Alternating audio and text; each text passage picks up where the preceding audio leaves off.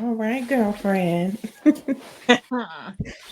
How you doing? Good, good. How are You you? look good. I'm good. Mm. I'm good. You look real cute today. Oh, same to you. I love that pink. I know that's right. So we're going to talk about trauma today, right? You and I had a conversation. Well, we have many conversations, but we talked about some things and things from our past, whatever.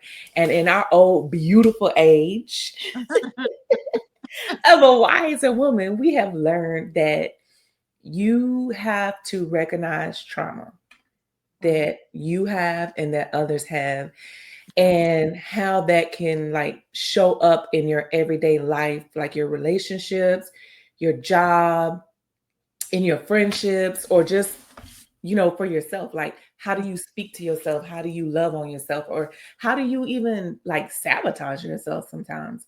And a lot of times we go through life and we go through things and we're like, eh, whatever, I'm gonna let that ride. But are you really gonna let that ride? Because it's gonna keep showing up.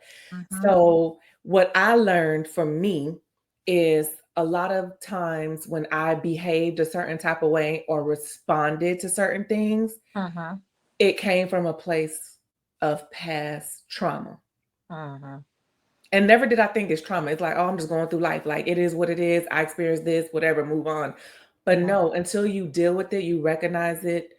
Um, Trauma can really control a person, Mhm. and Yeah. it's not cool. Mm-mm. So I would like to know, just have a little chat with you and share with the good people. Um, what is trauma, and how do we heal from that, or how do we begin the healing process from the traumas that we dealt with in life, and to not let trauma basically run our life. Yeah. What you Yeah. think?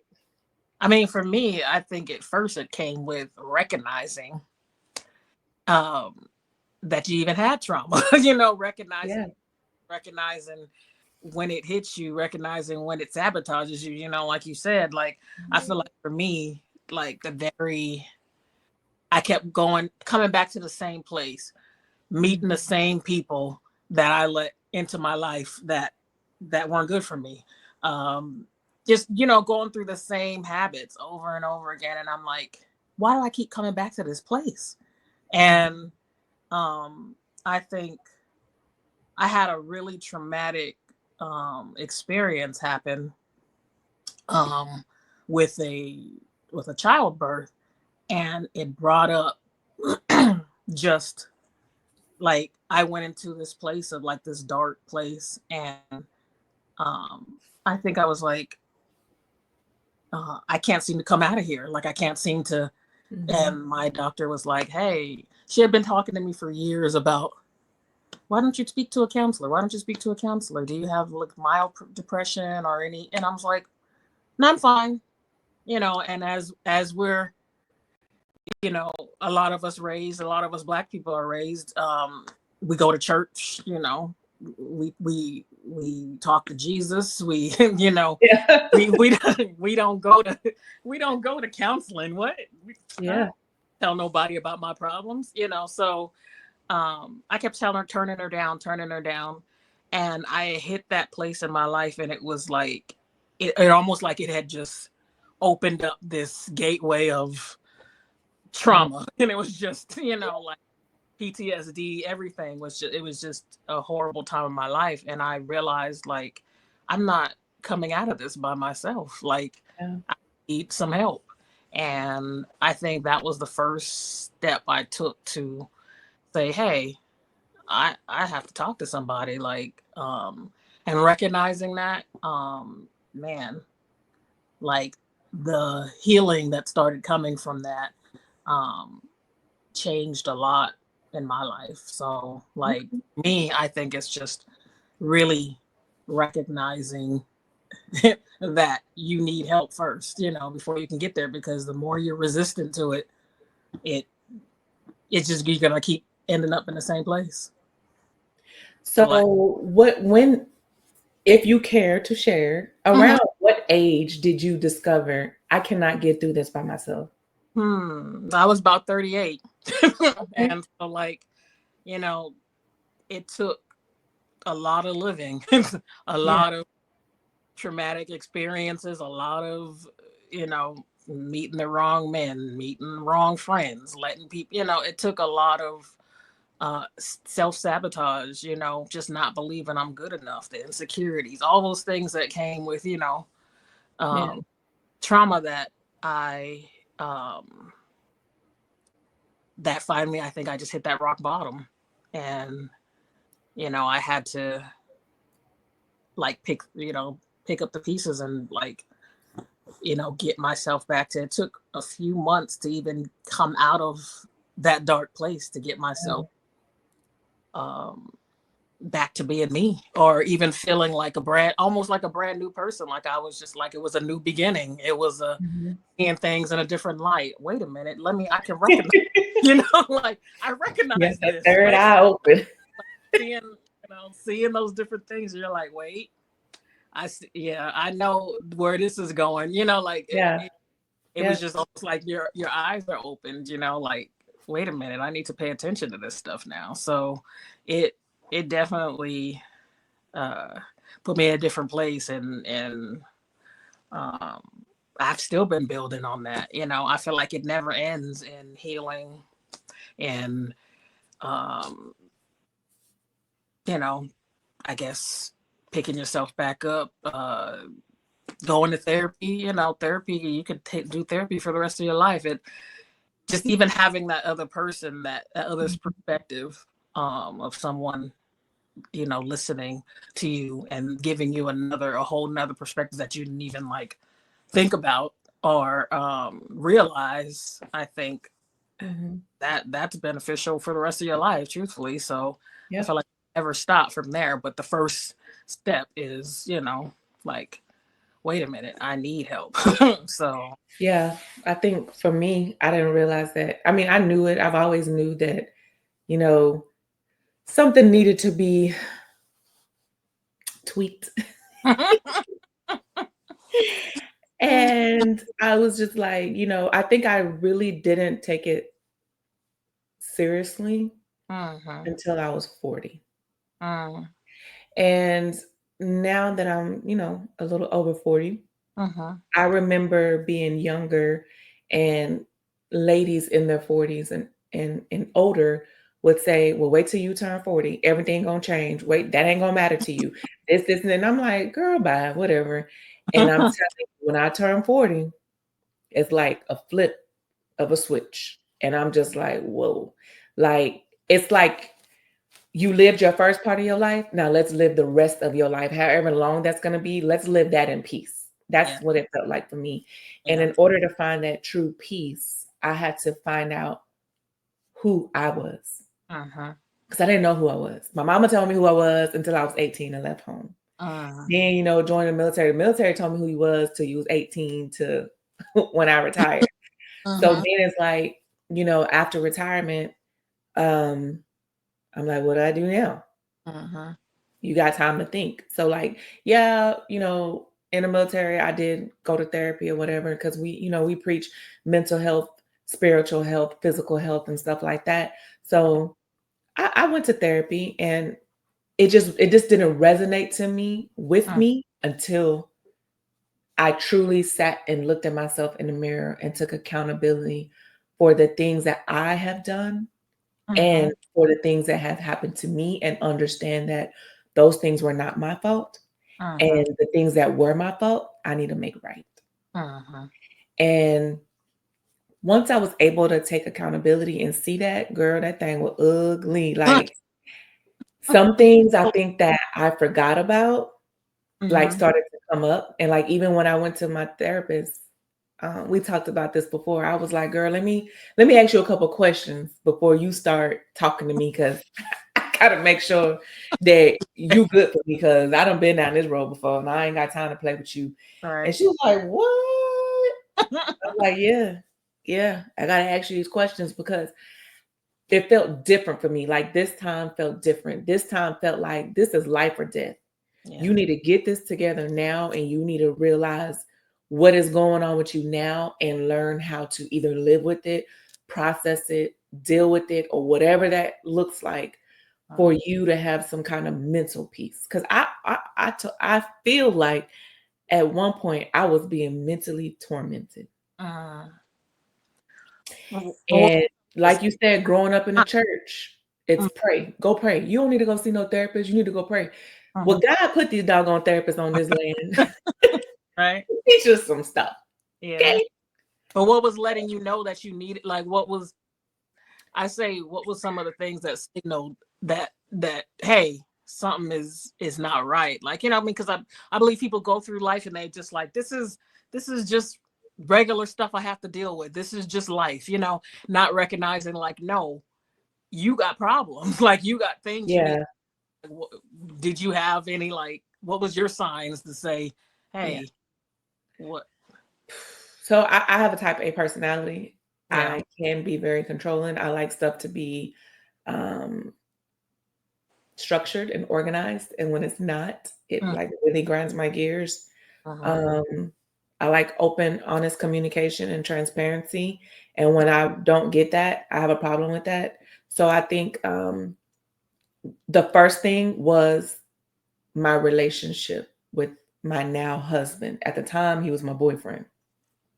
And I'm like, I know he's a good dude, but listen, you type A, I'm type A, you a Marine, I'm Army. This shit ain't working. Cause we both was the same rank, you know what I'm saying? And we just like button heads. Like, you used to telling your Marines this, I'm used to telling my soldiers this, and it just get done. Don't ask me no questions. Don't be like, well, why do I need to do it? Execute. The Yeah. fuck? Yeah. So I was like, I felt like at one point when I sat in my room and thought to myself, you were self-sabotaging your relationship. Like, that's a good man, Savannah. Don't you mess that up. Mess it up. And even though, you know, my husband's not perfect, nobody's perfect, but I knew he was made for me. Yeah. I know he was made for me. And whenever sometimes I like just pick little fights with him or argue with him or whatever, and it'd be about nothing. And he'd be like, hey, hey, cut that out. We're not doing that. You need to chill. And I'm like, you don't tell me to chill. And he's like, girl, hey, you're being real immature and childish. Like, cut that out. And I'm like, who you talking to? But after a while, and I sit there and I'm like, What? you trying to run this dude Yeah. because that's what you've been, that's what you used to.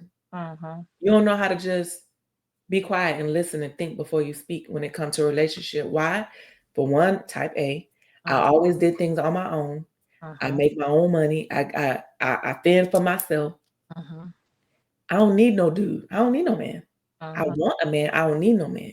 Yeah. And I didn't understand that when you're trying to build something to sustain it in a healthy way, whether it's with a man, a woman, or whoever you choose to be with, you got to understand your place. And my place was not to have all that masculine energy at that time. Because when you're dealing with a real Man. man, and I'm just gonna say for me, because I'm with a man, Yeah. you do whatever you want to be with, Yeah. that they're not going to take that very well. And to me, they could love you to kingdom come, but it's the respect factor. Yeah. And when they feel disrespected, that's a wrap. Yeah. And when this man told me, you disrespectful, who? You disrespectful. But I was disrespectful. And then I sat back and I thought, and I'm like, I was disrespectful in a few of my relationships, even though sometimes they deserved it. But I was disrespectful, and I don't want to continue like that. And that's when I realized I need to make change. And because, you know, I'm retired now. I Uh-huh. want to live a fruitful life and have a good time and enjoy life. I Mm-hmm. don't want to keep fighting people, And peace and you peace. know? So, Uh-huh. and I want my partner by my side. Yes. So why am I fighting with him? And I need to fix this. But something was going on in me. Inner, the inner And in demon. order for me to help my relationship or my friendships, I was even fighting with my dogs. Like they was breaking my nerves. So I'm like, what is going on? Yeah. And I don't know. I talked to my doctor when I went to a checkup. And she was like, "You okay?" I said, "Yeah, I'm good." And she was like, "No, you're not." And I just broke down. And she was like, "I'm gonna make you an appointment to see a therapist." I said, "Yeah, you do that." And Yeah. that's where it started. Yeah. Relationships. That's a Mhm. long story to get to the question you asked. Girl. But it's the truth, honey. And I'm Right, like, look. yeah, Uh, but 40 years old. And yeah. I'm still going through it. Like, not like, negativity or whatever. It's just finding myself and, who I am and standing my ground on Uh, certain things. Even if other people don't agree with me. Oh uh-huh. well. Like, I guess making healthy choices Uh-huh. and setting boundaries, Yeah. which is very hard. Um, Toxic people don't like boundaries. So woo, I have lost some friends. start knocking them People out. I thought was my friends. It's time to get out my, out my way, out my life. Uh, because yeah, once you once you start setting those, they like, wait, what? Yeah, I We used to do that. know. Just yeah. It Yeah. it You used to be like starts that. getting You didn't, a little bit smaller, but hey, at least you got, the right people in your circle. So it's still being worked out. So, uh-huh. one thing I think I told somebody, who did I talk to the other day? I don't remember who I talked to, but I was like, hey, I was scrolling through Facebook and I saw this a picture, and it was um, somebody pulling somebody from the front, but then also pulling them from the back. Mm. And the caption was basically like, God is trying to remove things from your life that you keep trying to pull back into your life. Mm. So, you kind of got to be careful, because it's like we try to fight for stuff, like when people walk away, or, relationships wither, or, I didn't get the job that I want or whatever, you know, and we get to crying about it like, oh, this person left me and I'm gonna do whatever I can to get them back and da da da da da. Yeah, to a certain extent, Uh-huh. but it takes two. Okay, Mm. so why you keep trying to fight for something to pull something back into your life, that maybe, just maybe, God is removing that from your life for a reason. So that's why I'm like, seek God answer first. Sit in your Mm. quiet place, pray about it, and because he's not a God of confusion. He's not gonna condone confusion, right? Uh-huh. So you're gonna get your answer if you just chill Yeah. and be slow to respond to some of this stuff. Like, I have issues with some of my girlfriends right now, and then I'm not gonna lie. And I used to be like, hey, let's talk about this, let's do this. I'm not doing it no more. Uh-huh. I done talked to you. I done told you what I felt. It is what it is. You do what you do. If Uh-huh. maybe God is putting you in this box over here for this season, and or maybe the problem is me, and He moving me out your way for a Uh-huh. season or forever.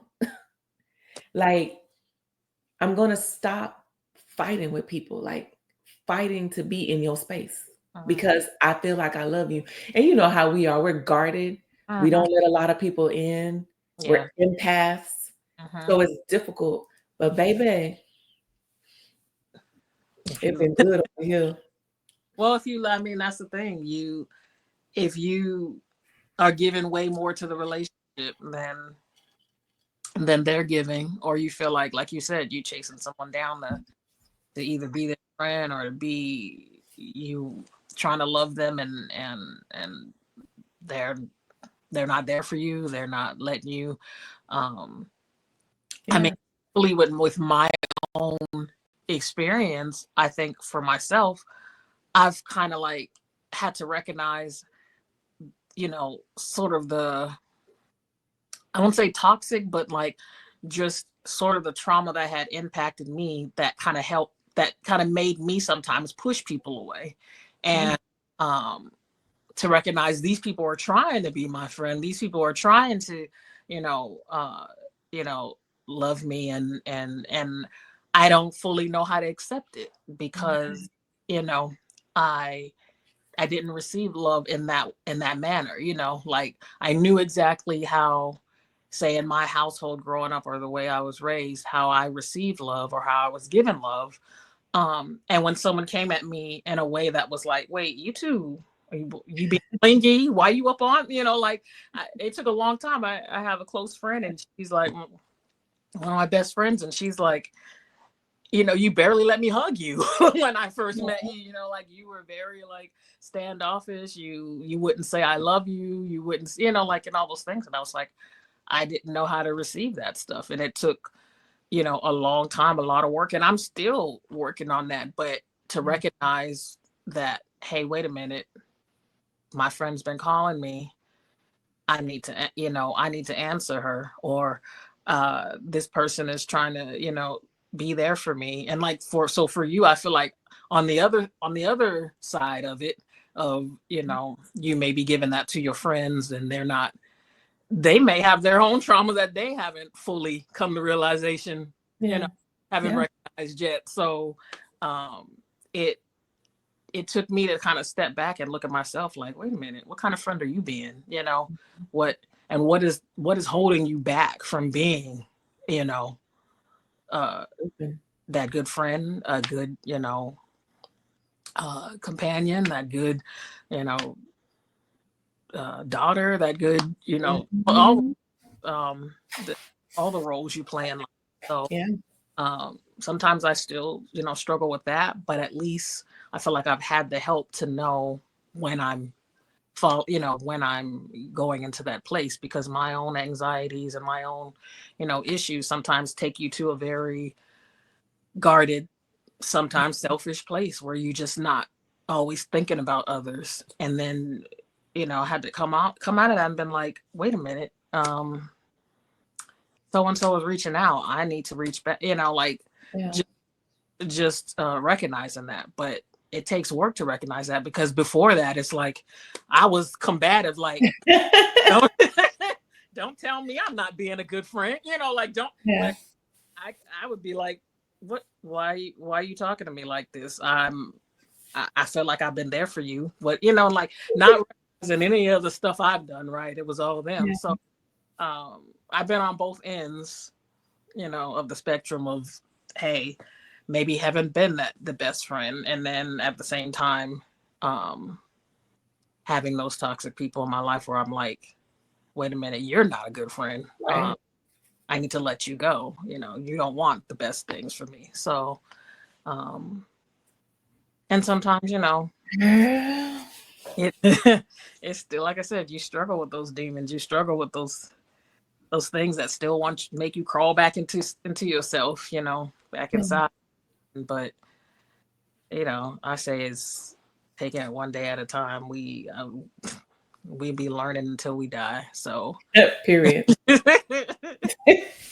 Learning is lifelong lessons. When you fight that stuff, when you recognize that it's not an easy thing, and that's why I think some people are like, I don't want to deal with it. I don't even want. It takes work. Yeah, it takes work to be better, to work on your own part, to recognize that some of this is me. I got to work on. Like, people don't want to hear that stuff, and that's why people, that's another reason people don't get therapy. I don't want to. Ain't nothing wrong with me.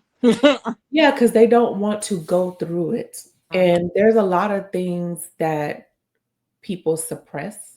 Like I had suppressed memories, until I started dealing with certain things. And I was like, oh yeah, I remember that.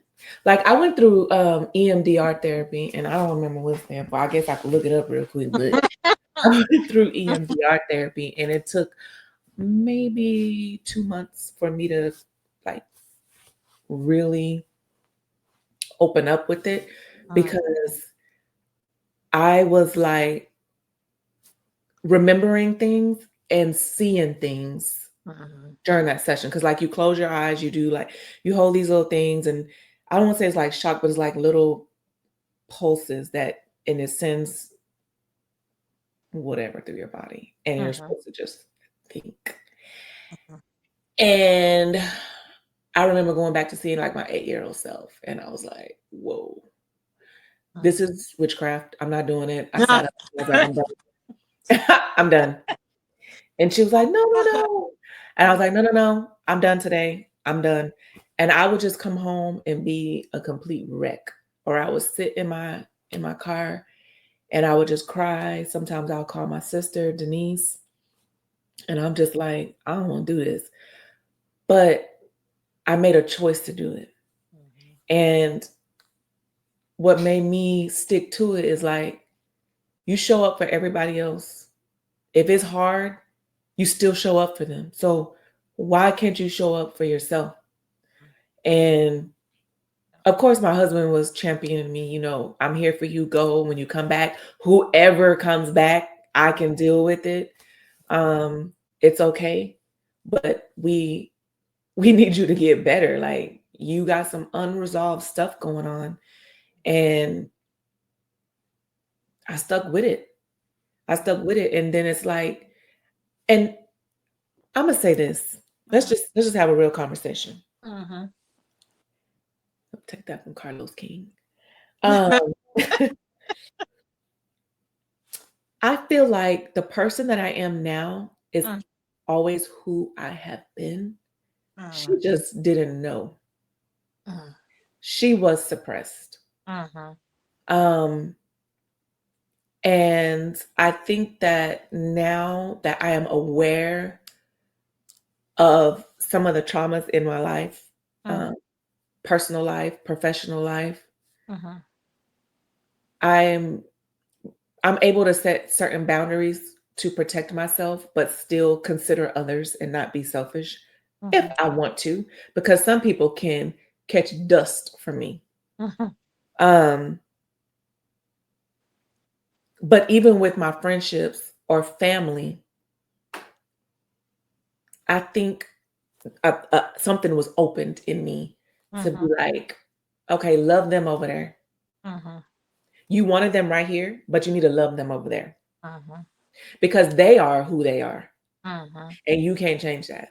mhm, And when I began to change, I started to see people differently, mhm, if that makes sense. So it's mhm, like when I talk to my husband, he's like, they always been who they are. Just because you change it, like, I don't, what you want them to do?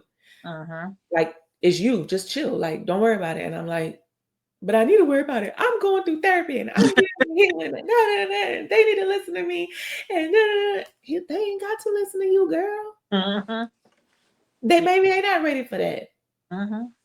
But I can say I am a queen of let's come to the table and let's have a conversation. But let's talk about it, baby. Yeah. So I let everybody know how I feel. Mhm. And I said the choice is yours. You hang around or you don't hang around. But I'm gonna start putting my foot down. Mhm. And that's just what I had to do. And it wasn't easy. And I got into some real heated arguments with some really close people. Mhm. There's some people that I have not talked to in a couple months. We'll text every once in a while, Mhm. but it is what it is. Cause I'm not, hey, let me tell you something. Girl heal. You said check out, girl heal. It was like basically girl heal. You need to just heal. Girl heal. Stop. Because Learn about other people, like how you make them feel. That's the one of the biggest things of healing is you got to take care of yourself. And a lot of times people period. they cannot they can't handle that. You're like, hey, it's about me right now. I'm trying to heal, and whatever I got to go through to heal, it's not about you. So some of these people, some people internalize the stuff that you might have to say to them to get to to Yes. get stuff, the things that you have to talk about. But if that's what you need to heal, that, that's what you need. And that's where, that's where you sometimes lose people. I mean, Yeah. And the thing is, I told people I'm going through a process right now, mhm, and I'm just letting you know. At least I gave people that courtesy. I'm going through this. I'm taking it serious. If I'm not responsive or whatever the case may be, if I have questions, this is where it's stemming from. And I mhm, always ask, "Hey, I want to talk to you about something. Do you have the mental capacity to even address this with me right now?" mhm. What kind of mind state are they in? Right. Because I want to know. But baby, yeah, it was drama, honey. It was drama. But Mm, at the end of the day, I stuck with it, and um I had did sound therapy. I know we talked about that before with the sound bowls and stuff. And um that was real eye opening for me too. And I felt like, I'm not gonna say like it was a battle with myself during that sound therapy mhm, session, mhm, but I feel like the answers that I have been seeking, or the things that I have been in my Zen room, in my prayer closet, asking God to heal me from and help me with, came to light in mhm, that sound bowl therapy session. And from there, I was like, nah, release yourself to mhm, learn EMDR, get it together now. mhm, And the people that I needed to address that really had a major impact on me, mhm, I had to address them. mm. And most respectfully, I addressed them respectfully, because the old me would have just went ham. I addressed them respectfully, Yeah. and I let them know why I'm addressing you in this manner and what I need from you, Mm, because of what I need for myself to truly heal and move forward due to this trauma that I have experienced in my life. Because this trauma is not going to control me. And this trauma is going to happen again. It's mm, going to happen again. mhm, But I had to learn, how do I deal with it? mhm, And how do I deal with people that intentionally try to trigger me? mm. Got them out there. But I said, one thing I'm not going to do is, Mhm, I'm not going to turn back to what I had to heal from. So mm, you're not gonna coax me into being back in a certain situations or in certain relationships or friendships with people that I had to heal from, that don't care nothing about my healing. mhm, You know what I'm saying? Like if I came to you and said, Kia, I feel blah blah blah blah blah blah blah, and I'm going through this healing process, and this is what I need from you, friend. You're gonna tell me, hey, I could do it or I can't do it. I could meet you halfway or whatever. We're gonna talk about it. You're gonna put in an effort. We mhm. good, we Gucci. But Yeah. there's some people that don't want to put in no effort. Mhm. But did you feel that when you, for me, I mean, one of the first steps that you kind of start when you're going through therapy is confronting or talking to the people that may still be in your life that caused the trauma. That, um, Yeah. what parents, your people that you looked up to, anybody in your life that could have um started the trauma from a child, or as you grow. I mean, I don't know what age, uh Mhm. but the generational trauma that a lot of people Woo. don't talk about,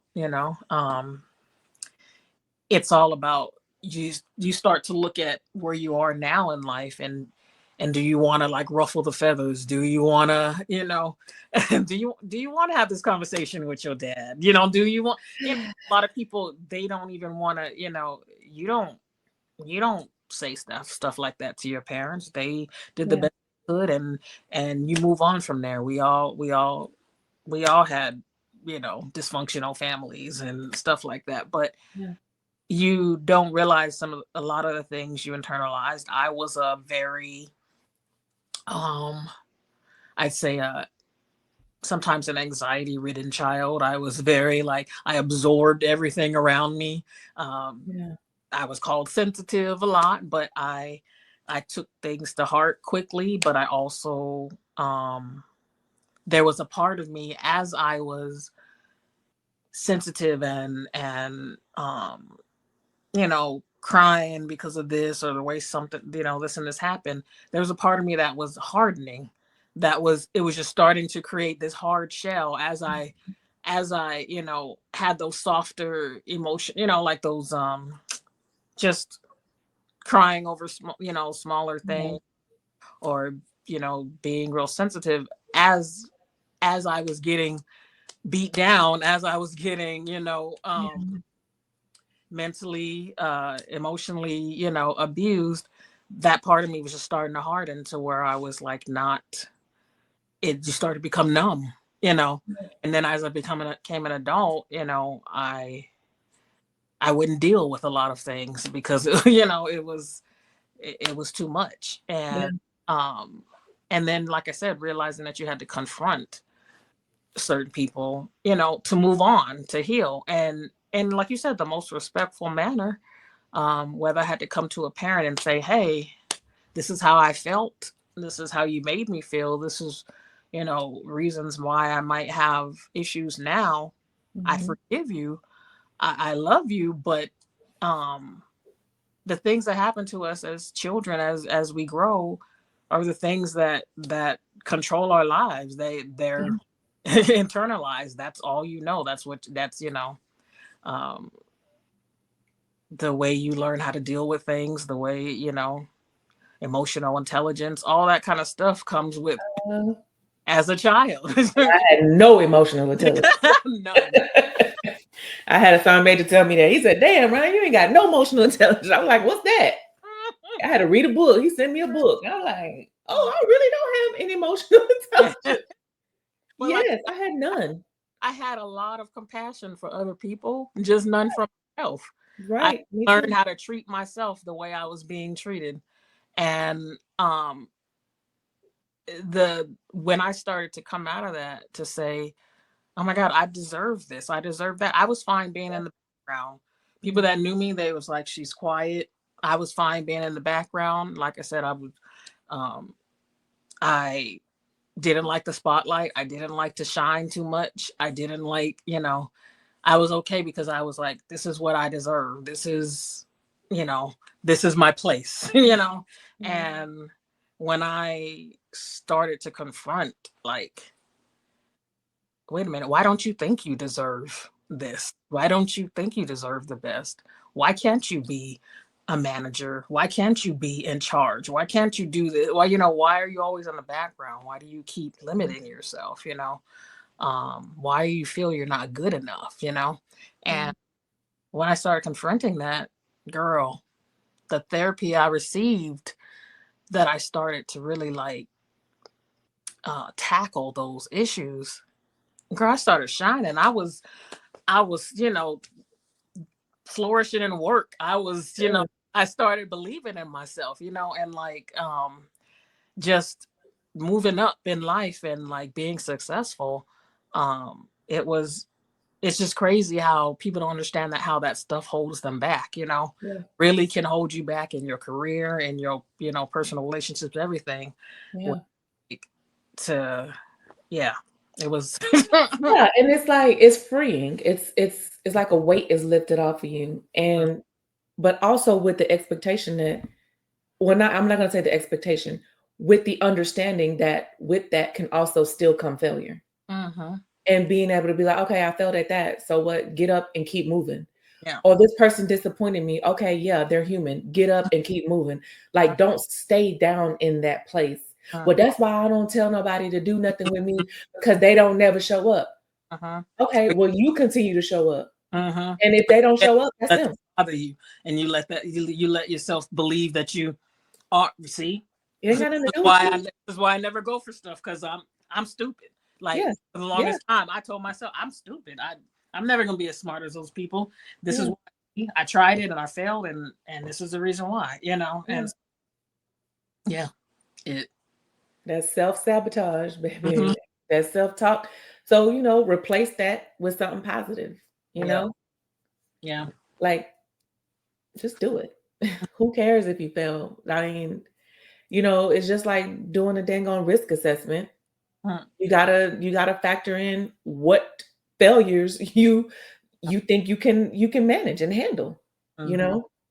Yeah. So I don't know, girl. So I would just say psychological trauma, and I had read this earlier. Psychological trauma um, is an emotional response to a distressing event that disrupts a person's sense of security. Mm, It can be caused by threats to a person's life or the lives of their loved ones, such as sexual violence or bodily injury. mm, Initial reactions to trauma can include anxiety, confusion, exhaustion, sadness, physical arousal. Most people experience fear and anxiety during and after a traumatic event, but everyone's response is unique. mm, And I can say I never I never felt secure mm, in certain areas. I can't, well, I'm gonna take that back. I'm not gonna say never. When I first joined the military, I was like, oh, everybody in uniform, everybody good, everybody Gucci, everybody straight. mhm, Period. No, I thought I could trust any and everybody. Mm-mm. mhm, Why? What make them any different than when you was out in the world? right. Mm, Being a civilian. mhm, People are people. Um, so I felt like I never felt like I really had that sense of security. And I'm not gonna say that my sense of security wasn't physical because I always thought I was a tough girl. Like the man that raised me tough mhm, to be able to defend myself with words or physical. mhm. Kind of got me in trouble. But either way, I was good to go. But mental security, emotional security, I felt like I never had. Mhm, So going through my, healing process and my healing journey and recognizing trauma, that's a part of trauma too. mhm, Emotional. It's an emotional response. mhm, So I don't know. I like to just try to encourage people whenever they get ready to is take a good look at yourself and be ready to face your own demons. And mhm, baby, when I tell you they're gonna be fighting you, they're gonna be fighting you. So mhm, you have to be ready. Like even if you don't feel like you're mentally or emotionally ready, be mhm. prepared to fight a battle for Yes. you, Mhm, for you. And I promise you, things are gonna get better on the other side. And mhm, when things do come up, that failure comes up or that negativity comes up, or people gonna be like, oh, you think you all of that now, or oh, you did it, or oh, your little company, blah, blah, blah. It's not gonna bother you as much. Is it gonna hurt a little bit? Yeah, depending on whose lips it comes from. mhm, But you just be like, it is what it is. mhm, I'm gonna keep moving. It's a mhm. part of life. Just like death is a part of life. We know I know about 6 people that has passed since January 1st. Yeah. You know what I'm saying? It's a part of life. It hurts, but it's a part of life. Just Mhm, like trauma is a part of life. Happiness is a part of life. We are put on this earth to be happy and prosperous, not to be down and sad and fighting with each other all the time. That's mhm, not what we put here for. So mhm, I'm like, like my brother Melvin say, we here for a good time, not a long time. Like, let's mhm, get our mental right, our emotions in check, mhm. get some self-awareness and emotional intelligence about ourselves Yeah. and move through life like butter, baby. Yeah. And it's not even always about going back and blaming people or, attacking, you know, Yeah. someone for causing maybe that trauma that you might have in your life. It's about um whether they take responsibility for it or not. I don't even need it. I'm letting you know Hmm. how I felt, how it made me feel, what I need to move on. Um, and then I'm going about my business. I had to, confront people. Child. Some people couldn't take it. It was like, you blaming me? No, I'm not blaming you. I'm letting you know some of the issues I've had, some of the things that you may have done or said that has caused me to be this way in, life now, or the way it affected the way I handle things. But Mhm. I'm not going to let that do that anymore. What I'm saying is, I recognize that. I forgive you. I move on. But I want you to know that I'm working on me. And right now, part of my process is talking to you about it. And then, I'm like I said, I'm not sitting here in this angry place. I'm not even angry Yeah. anymore. I'm learning how to let this go, and so that I can, function in life, so that I can, Yeah. and recognize those times where I feel that way, off of something that you may have said to me, as a child, that now I see, wait a minute, you're doing that, you're doing that again. Um, I, like I said, there were people that didn't want to receive, because they thought I was blaming them. But like I said, you have to focus on yourself. You can't let that stuff bother you. Like, Yeah, and they not in the like you said earlier, they might not be in a space to receive or understand because they're not going through what you're going through. They're not ready to face the mhm. things that you're, bringing to them. And sometimes you don't want to hurt them. If there's someone that you love, and you care about, you don't want to hurt them, but you can't move on from something if you sit in there fake pretending that Hmm.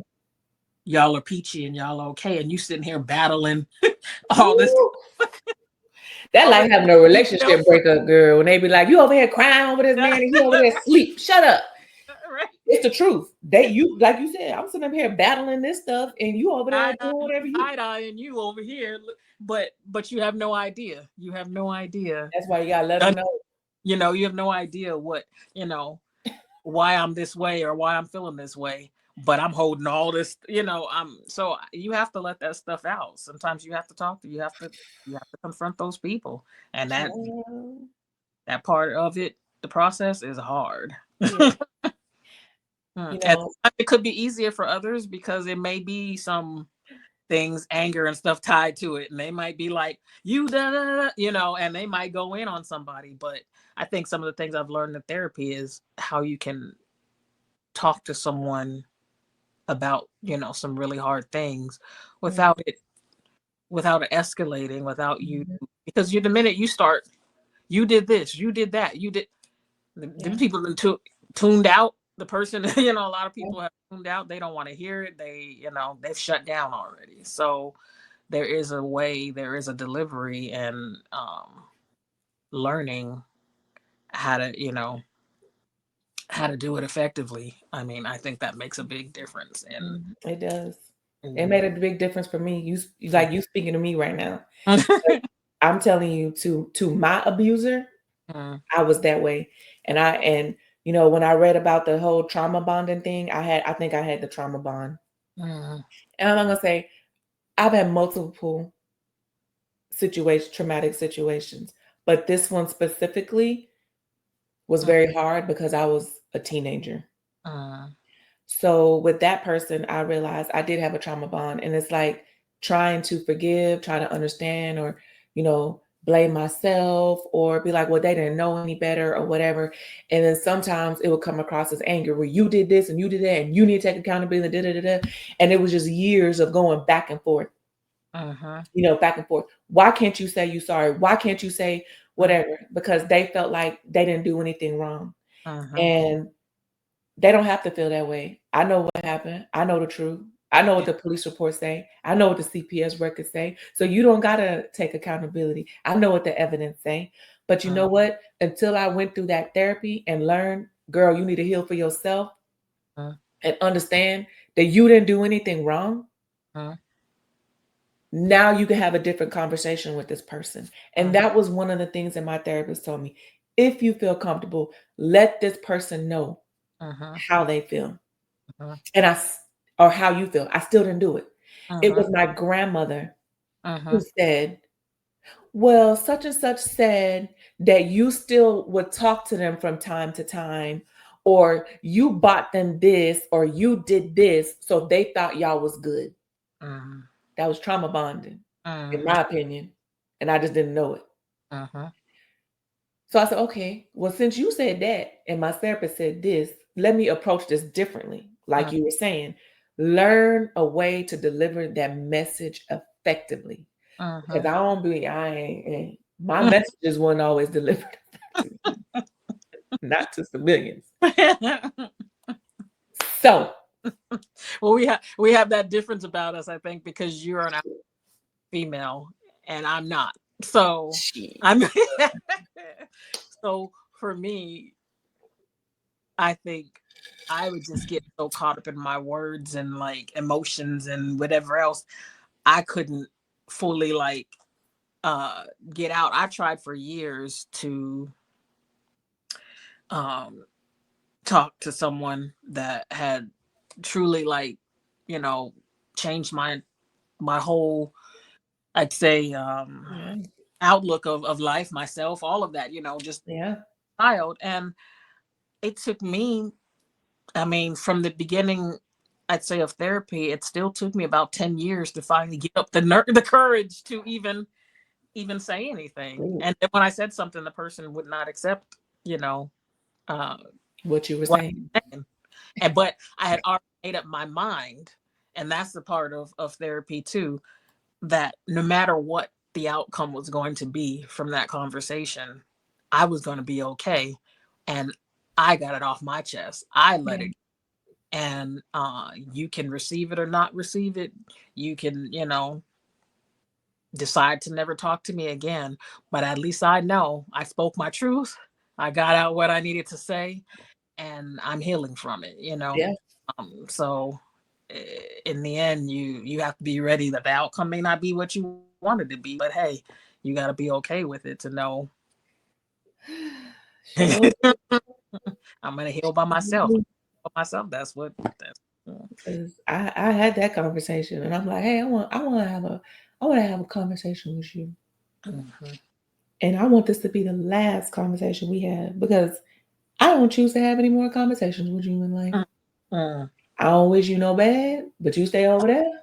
I'm gonna mm, stay over here. mm, And this what it's gonna be.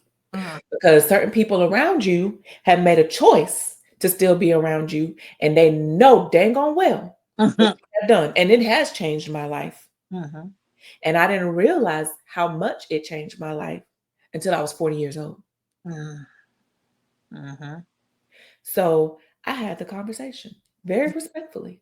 mhm, And that person said, well, I wish that, we can have a point where we can still be able to talk and you're such a beautiful person and da, da, da. I said, hey, you messed that up. mhm, You'll never get that opportunity.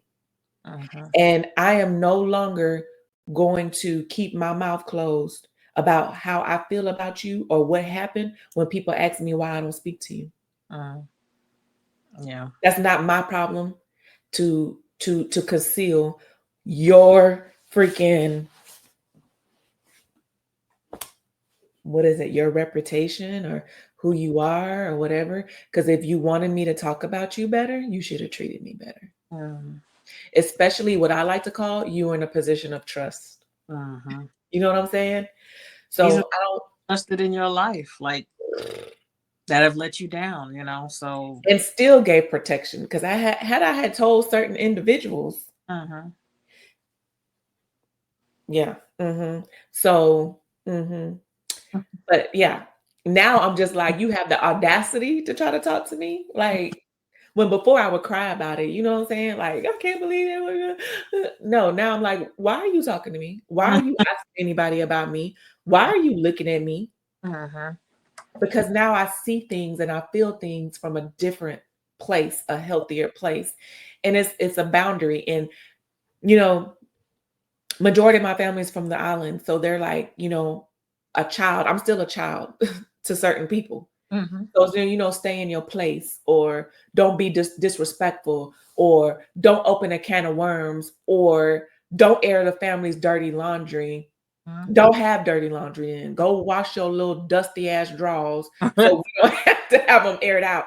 But I call that the slave mentality. You trying to trap me mentally by not discussing things that is killing me Mhm. on the inside Mhm. for what? Mhm. What others might think, what others might say, or for your reputation or for theirs, Mhm. then you needed to do better. And Mhm. how about this? Free yourself. Mhm. Admit it, take accountability, or say why you choose to still be connected to this person, whoever they may be, Mhm. and drive on. Mhm. You go heal. But I can say that dealing with my trauma And going through the healing process was Mhm. very, very, very ugly, but it was very, very beautiful and rewarding on the other side. And it's still sometimes I get knocked back, but then I have the tools to get back up and move forward. I have the support system to get up and move forward. I have the understanding of certain family and friends that when I feel a certain type of way, this is what it is. Like one of my homegirls, Shonda, when we go places, I'm like, hey, if I say this, get me out of this situation. Mhm. That's my safety Mhm. person. Um, and of course my husband. My husband will snatch me out of somewhere real quick.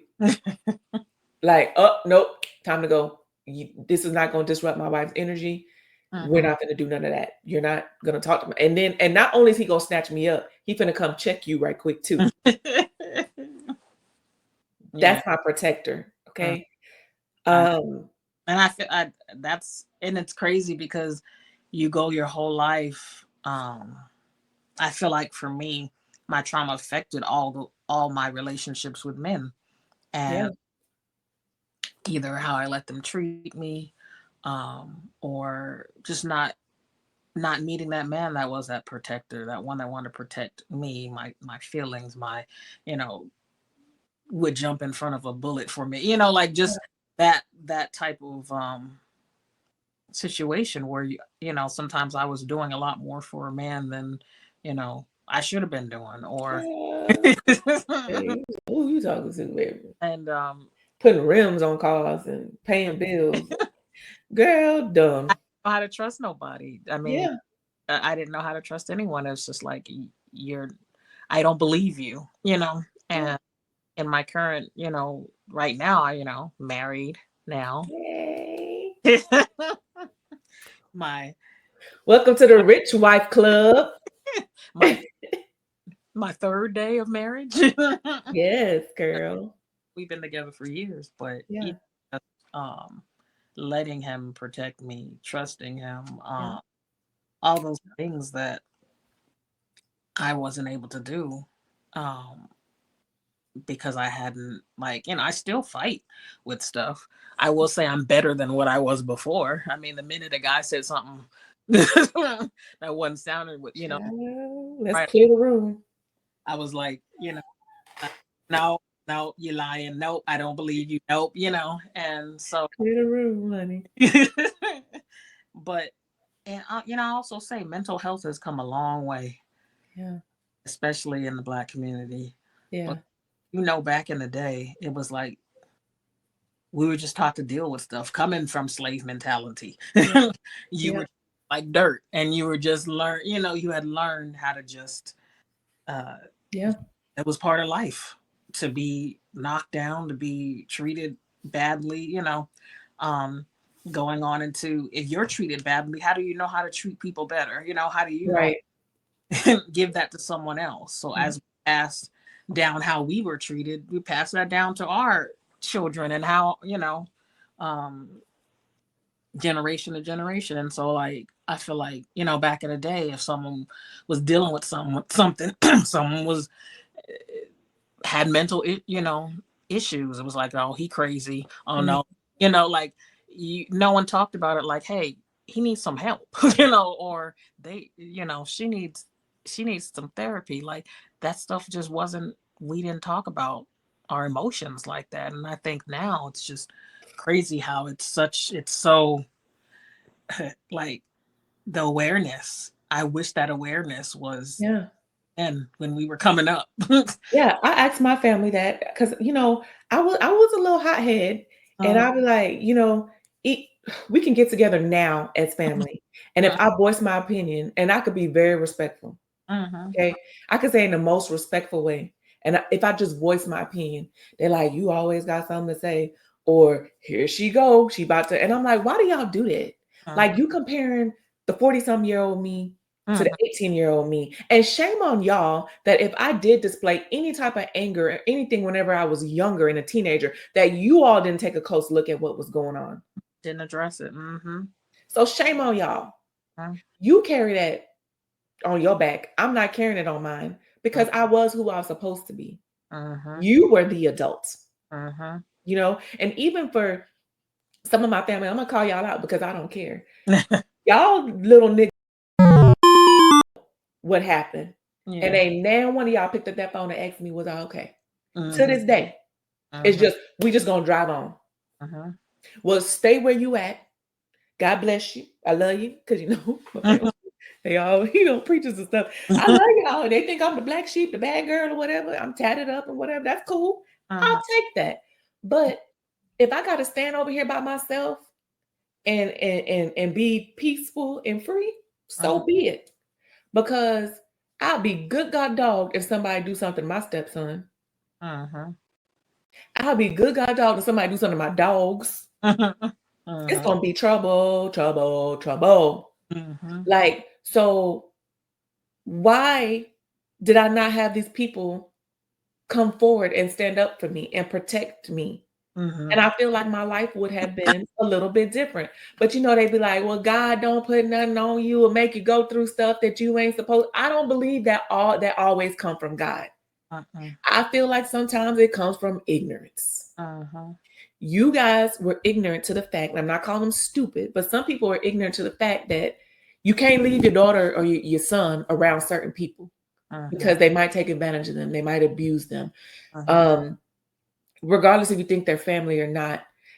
And I even watched this podcast where this lady was like, do not leave your child with a teenager while you go out and party around the doggone town. Because teenagers like to experiment and do crazy stuff. And some people like to tell me, oh, well, you live in a fishbowl because I got cameras all over my house. Then so be it. I don't care. I will have cameras everywhere. And when you come to my house, I'm gonna let you know it's a camera in there. First of all, it's a sense of security for me. Yeah. Two, sometimes my husband answers his phone, I get on that damn okay. Answer your phone. I like to see what my dog's doing. You know what I'm saying? But I think a part of it too comes from trauma. Because I want to be able to prove, or I didn't say this, or I didn't do this, or I didn't do that. That's crazy to me. But it's just what has came up in me now because of what I have experienced. Yeah. And people like, oh, you blunt, you direct, you this, you that. Yeah, well, first of all, the military taught me to be that way. Second of all, I have fought to be able to have a voice because I never voiced my opinion because of the generational stuff. Don't be disrespectful. Don't talk back. Don't tell me how you feel about this and that. You don't have no feelings. Don't speak to me. You don't get to say anything. Shut up. Shut your dang on mouth. Don't even sound like you said something. Like people think like, I mean, it's not always just about any like sexual trauma or something. Sometimes it's just about not letting a child express themselves. Right. I'm not fully about this gentle parenting. Like there's a place for a child, Ooh, but not ever feeling like you're able to express yourself or to say how you feel or to, that's just being a human being, like to be able to say I'm sad right now because or I'm upset or what, just not being taught those essential things you need to get through life, like like um I think and sometimes it doesn't have to be physical abuse, it could be mental, emotionally, someone just constantly telling you you're not good enough, you're stupid, you're whatever, shut up, I don't want to have to hear, you're just a child, go sit in the corner, I don't want to have to hear what you have to say. You learn to be quiet. Yeah, even when you used to get your butt spanked and they be like, stop crying. Yeah, no, you beat me. What you crying for? Now I'm trying to hold it in. I'm about to die choking because I can't. You didn't beat me. Now I'm over here. Stop crying. What you crying for? I'm crying because you beat the hell out of me. What else? With a wet belt. How are you not supposed to cry? Like, I don't. Not an adult right now will go and stub their toe and be over there sitting like. But if someone said, "Shut up," why you why you crying? Well, I just stubbed my toe, or I Yeah. just, fell off fell off and broke my foot, or what, Yeah. just something that physically happened to you that hurt, and Yes. you're not allowed to say it hurt.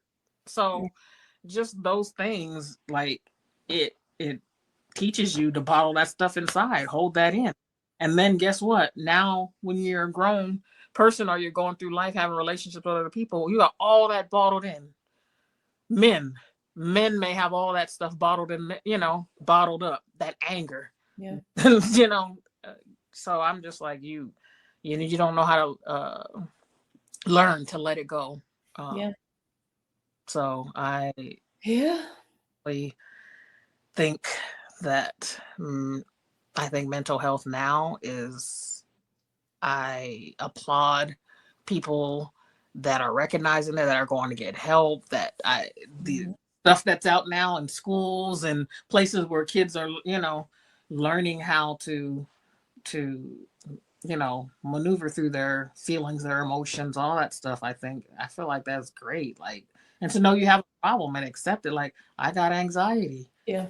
I'm not crazy. I have to learn how to effectively deal with my anxiety. Yeah. That doesn't mean I'm need to be put in a psych ward. Like, people just automatically think if you go ask for help, that means something's wrong with you. Yeah. Well, and they don't realize so many people out there are suffering with the same stuff. They just And don't talk about it. talk about it. Yeah. You just never know, you know. And plus, I feel like your story doesn't need to be shared with everybody and Mm, anybody, right? Because even now we're kind of being like, we're kind of holding back a little bit. Like we yeah. could really air people out, but that's not what we're here for. We're here to bring awareness. Yes. Right? So I feel like some people, they don't want to deal with it. They don't want to talk about it. They don't want the ugly to come up. They Mm, don't want to have to go through it and process it. And we have to be okay with it. Those that choose to go through the healing journey, and we have to be okay with mhm, relationships changing, mhm, um, losing certain people or certain things, or not being able to go to certain places because of where we're trying to be at, with a healthier mindset, emotionally, mentally, physically, spiritually. We're trying to mhm. be better. And sometimes, to others, it may feel like we're being selfish, but we're not. You got to take care of yourself. And Mhm. I always like to use when you get on the plane and they say if you lose air pressure in the cabin, what do you do first when those masks come down? Mhm. You put it on yourself. Mhm. Even if you're next to a child, Put it you on. put it on yourself first. Yeah. Then you help others. Mhm, So why not just help yourself? mhm. And for people out there, I mean, leave us a comment. Let us know how you feel. We might be off the mark to you, whatever the case may be. But this is the things that has worked for us is acknowledge it and Mhm, just say, I'm tired of it. I'm mhm, tired of going through this process. I'm tired of being on this hamster wheel. I want to get off. mhm. I am starting to become nauseous. Yeah. What's Like it's not fun. what Um, and what's the next step? And right. And know that, we could be the pre-trauma people. Mhm. We could be the pre-girl heal people. We Yeah. can. We don't want to be. Mhm. You know what I'm saying? Like Mhm. we don't want to be. Because I believe when you know who you are, you know what you want, you Mhm. have a clear path to where you're going, and what you're called to be and called to do is going to be clearer for you. But Mhm. when you're operating in chaos and Mhm. you don't know why, or Mhm. you don't know where it stems from, it's going to be ugly and you're going to feel crazy. Yes. But like you said, you're not crazy. I have anxiety, I have depression, I deal with stuff. And some people better be glad that I do take medication. Mhm. But I also have self-awareness. You know what I'm saying? I have self-awareness. And a part of that self-awareness is sometimes I feel myself in this rut that I feel like I can't get out of. So let me go see a psychiatrist and a psychologist to get the help that I need. Because it's a chemical imbalance. Mhm. Mhm. Just And like we're born with defects, some of us have those imbalances. And it could be whether you just needed to talk through it with somebody to Yeah. help, whether you needed medication, whether you like, there's no wrong answer Yeah. to, to getting help and getting better. And like sometimes I think too, someone may have a bad experience with, say, a counselor or a psychiatrist, or someone they try to go see professionally, and then they just cut out, that was stupid, I don't like them, Yeah. and now it's over. I tried to get help and it didn't work for me. Well, know that there are millions Yeah. of people out there, professional people, that can help you. And one is not the end. Like, you don't like that one, go find another one. There's one that you may feel like better because maybe they're a woman and you're a woman, or maybe they're, like a male and they've gone through the same thing that you've gone through, or they've experienced the same thing based on color, based on, uh, sexual orientation. Yeah. Like it could be someone that you relate to better. Keep looking. Don't just stop with one because you felt like they weren't, So I've had a lot of people that I've known because and initially I did that. And then eventually I was like, wait a minute, there's so many other people out here. I have like one person in the whole wide world. Come on. Yeah. Like I encourage people, like, if you do start looking for help and you realize, wait a minute, I do need help, don't just stop at one if you don't feel like that person worked for you. Keep on searching. There's somebody out that I you. did the same. I did the same thing. Uh-huh. And that's why with this lady, I was like, let's do an interview right quick. Because I've been on this road, okay? Right. But it also goes back to, I know myself, and I know if, okay, I could say that, therapists try to get you to open up. Well, tell me, how does that make you feel? Blah, blah, blah, blah. And I'm like, okay, I knew what type of therapist I could manipulate. I'm just say that. Yeah. Because I just really didn't want to open up completely. Uh-huh. Or I really didn't want to deal with it. I just needed a little bit of help because I feel like I'm about to go over the edge. Uh-huh. But with this time, it was like, Ingrid, you're doing this for you. You're going to do it no matter what. Uh-huh. You need to ask these questions and you need to take this seriously. Uh-huh. Because this is a matter of life or death. Because when I tell you, I really felt like I was being mentally tormented, I feel like I was being mentally tormented. Uh-huh. And it stemmed from unresolved trauma. Uh-huh. And not being able to be vocal and open and honest about it with the people I needed to be open and honest about it with. But now I'm Gucci. Like, I just be looking like, why you in my presence again? All right, I'm out. Why you had that person around me again? All right, I'm out. I don't have to usher people into my space. I don't have to like be rude to you or be disrespectful. I just don't got to be around you. Period. Yeah. Because you're not good for my mental health. And I'm probably not good for your physical health. So how about we part ways? You know what I'm saying? I mean, it saves you from so much. Girl, save me from that cot and 3 hots in a cot. So you don't but like that's where I think that's where I felt that was really beneficial from therapy and stuff, is just being able to recognize now when you need to get out, when you need to protect yourself, when you need to protect your feelings, your heart, your emotions, and feel safe.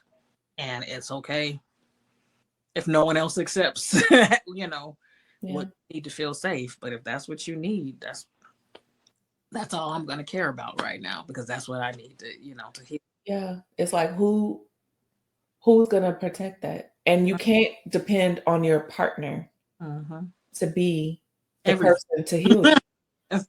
And I think that's what I was doing. And I know for a fact in some of the relationships that I have been in, I have been just a little shit. And I apologize. Sometimes y'all deserve it, but I apologize.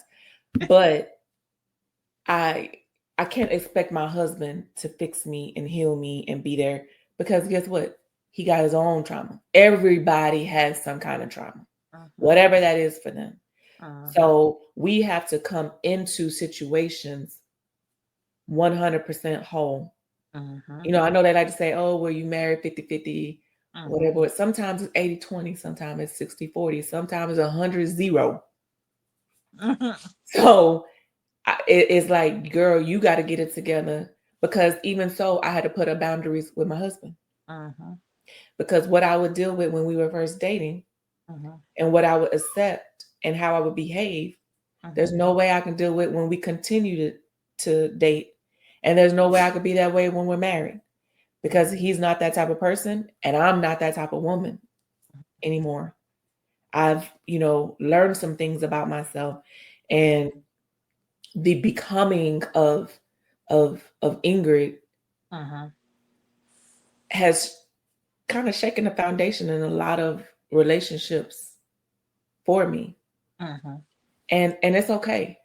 It hurts that some of my relationships have to change, or that I feel like I have to change my character just a little bit with Mhm. people because I don't want to get Mhm. hurt, or I don't want to be pulled back into that place.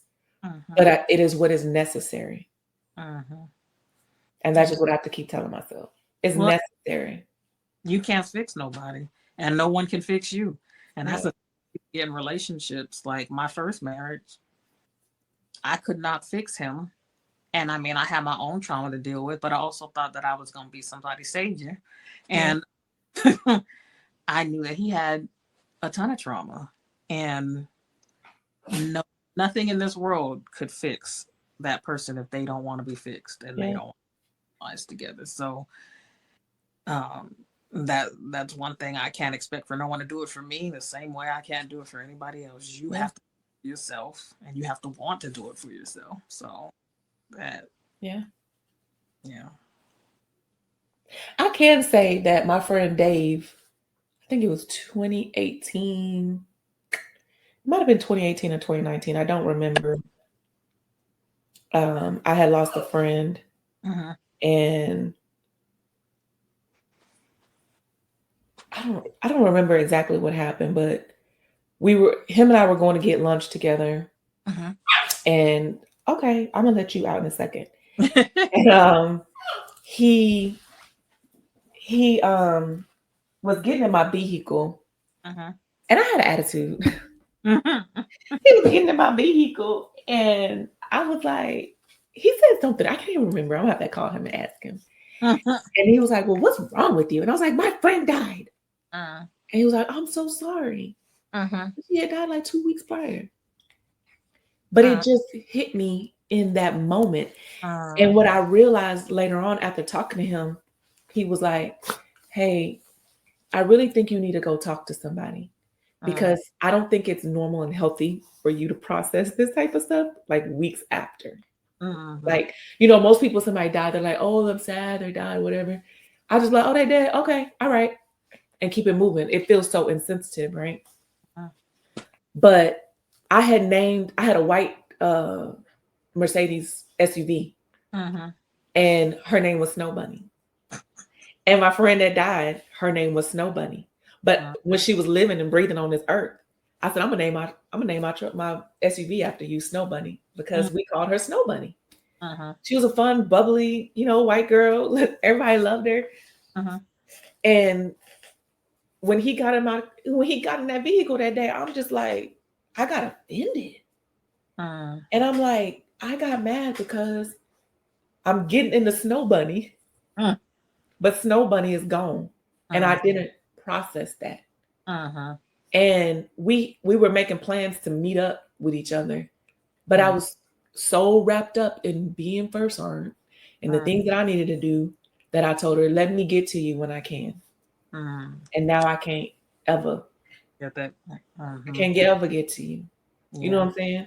So I think he told me, you need to talk to somebody, and I did, but I also played with them.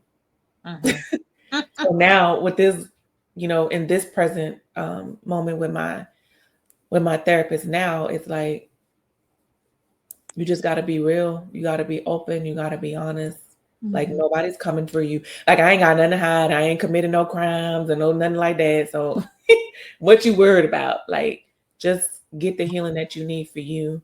And I think another part of my healing was finding my biological dad.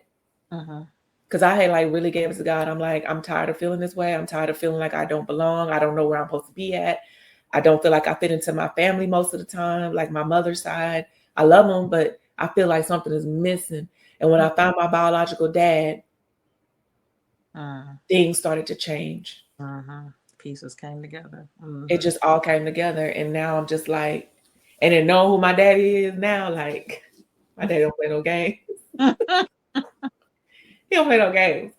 And, you know, my brother, I have a brother and a sister, and one of my brothers had passed. But I'm just like, girl, heal. It feels good. Like, you know who you are. You know where you came. You know your genealogy. You know your history. You know where you've been. You know where you are now. And you know where you want to be. Yeah. Let's get it together. Let's go. Let's go, girl. Yeah.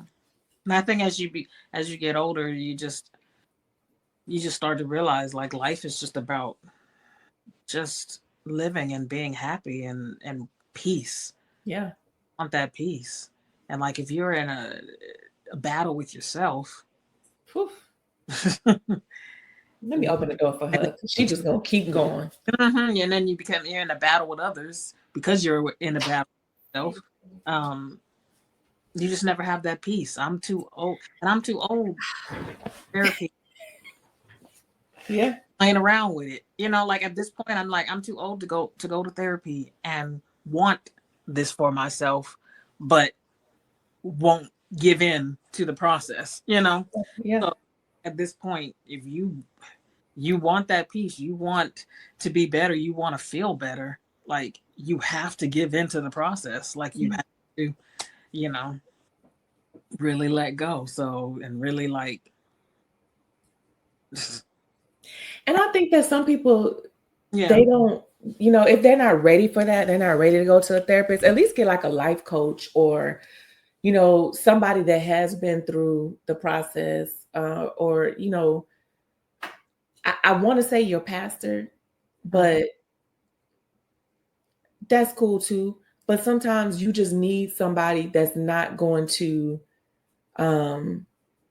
play around with you, you know, but a reasonable thinking person, somebody that loves you and they care for you and they like, hey, this is what I see. I might be wrong, but I'm here for you. Whatever the case may be, like, let's get it. The end goal is this, and I'm going to help you get there. You know, if you feeling stuck or you feeling like this, I'm the person you call. If you feeling this way or you need this, that's the person you call. Like, you got to have mentors that can mentor you in different areas of your life that you can respect and trust. Not just any old Tom, Dick, and Harry. Yeah, just make sure they're the right mentors. Make sure they're right and they you know, they guiding you in the right way. But that goes through attaching yourself through networking with people that are where you're at and people that are where you want to be. The people that is down here behind you or below you, I'm not gonna say I'm above nobody, but I am above some people because financially, mentally, emotionally, physically, age-wise, career-wise, I am. Those are the people that I bring up. And those people that are above me, they bring me up. It's a cycle. You just keep bringing people up. Like, don't be no crab in no bucket. I like crabs. That tastes real good. It's some crawfish, you know.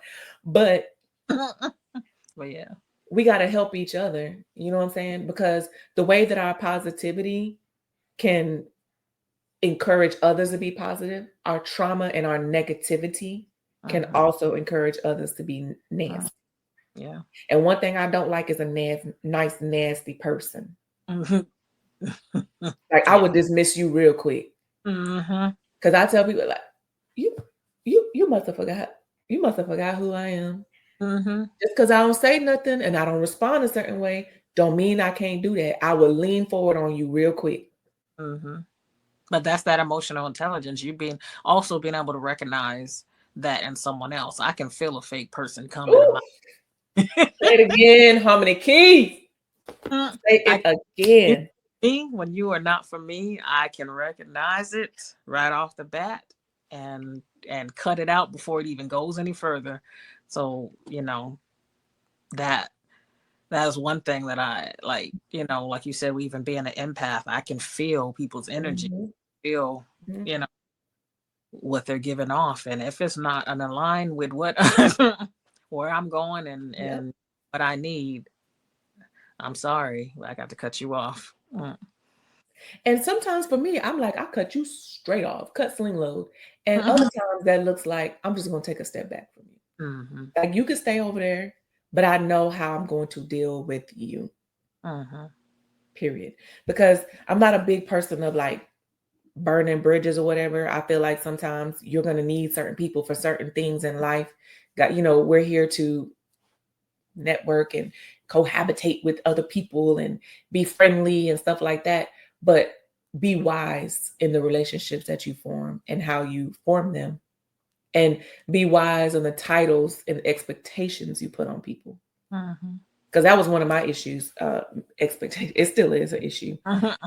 I have a hard time, manage my expectations of people, especially based on their position in my life or their position like in my career.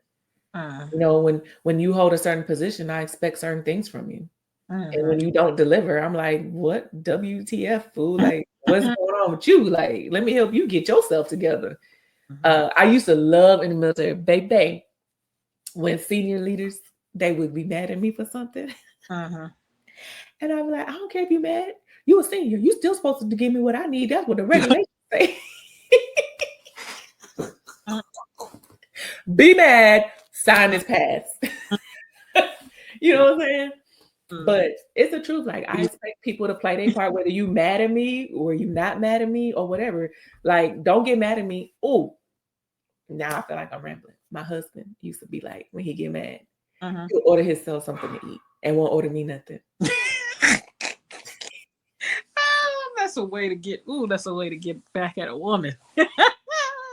And before I used to get mad, but then Mm-mm. you know what I started doing? Oh, you forgot I got a phone too. All right, me so. I Mm-hmm. order my own stuff. But it had to come to a conversation because it started to cause trauma for me. Yeah. And I'm like, when you mad at me, you still need to do for me how you would if you wasn't mad. Because I still do for you when Mm-hmm. I'm mad at you. Mm-hmm. And my Yeah. brother reminded me of this the other day. He'd be like, I used to ask you to make me a sandwich, and you would be like, I ain't making you no sandwich. And Mm-hmm. then you'd be like, all right, what you want on it? You'd be mad and going off on me and still making my sandwich. And I'd be like, yep, Pinky still making my sandwich though. I'm like, I've always been that way since a child. I Mm-hmm. don't care how you treat me, how Mm-hmm. you do me. If you need me, I'm there for you. Mm-hmm. But just stay out my face any other time. Mm-hmm. Yeah. So But but at least now I think it's you might still keep doing for those people because you know that you love them and they love you. But I think is recognizing sometimes the people yeah. the people that you have to cut that off from, and sometimes you I've had guilt with cutting off certain people, where it's like, but they're not bad people. They're Mm, not, you're justifying to yourself.